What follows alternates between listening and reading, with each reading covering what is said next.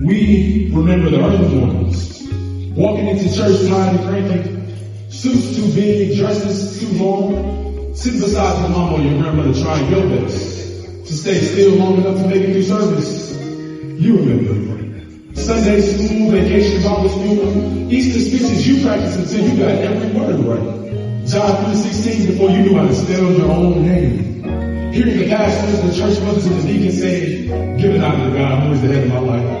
Y'all remember. Praise and worship going on and on. People shouting, crying, and falling out. And you're thinking, man, you're doing too much. Somebody whispered, that's the Holy Spirit. You didn't get it yet, but you know. Communion, just a practice, just that little sip of juice, not understanding the weight of it, but taking it anyway. Because this is what we believe.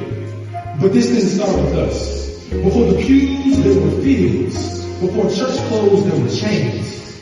Because somewhere between legacy and leadership stands faith. Before Sunday mornings, there were nights when our people gathered in secret, whispering prayers and singing songs filled with the hope of God's deliverance.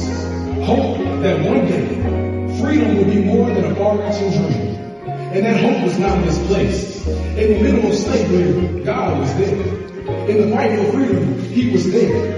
In marches, in jails, in streets, He was there. That's the legacy. A faith that survived what should have destroyed, and a God who never left. And that same faith was passed down to us. That's why many of us do it like this. Prayer before everything, hands laid on us, oil on our foreheads. Because they knew what we had yet to learn. That God was not optional. And now I understand what I didn't understand then. That God we heard about, He is the first and the last. The beginning and the end. Unmoved, unchanged, and undefeated. Jesus, He was bruised but brought healing. He was pierced yet eased pain. He was dead but brings life.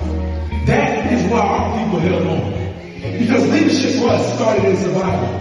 With a generation who refused to let go of God even when life gave them every reason to. That is the foundation that we all stand on.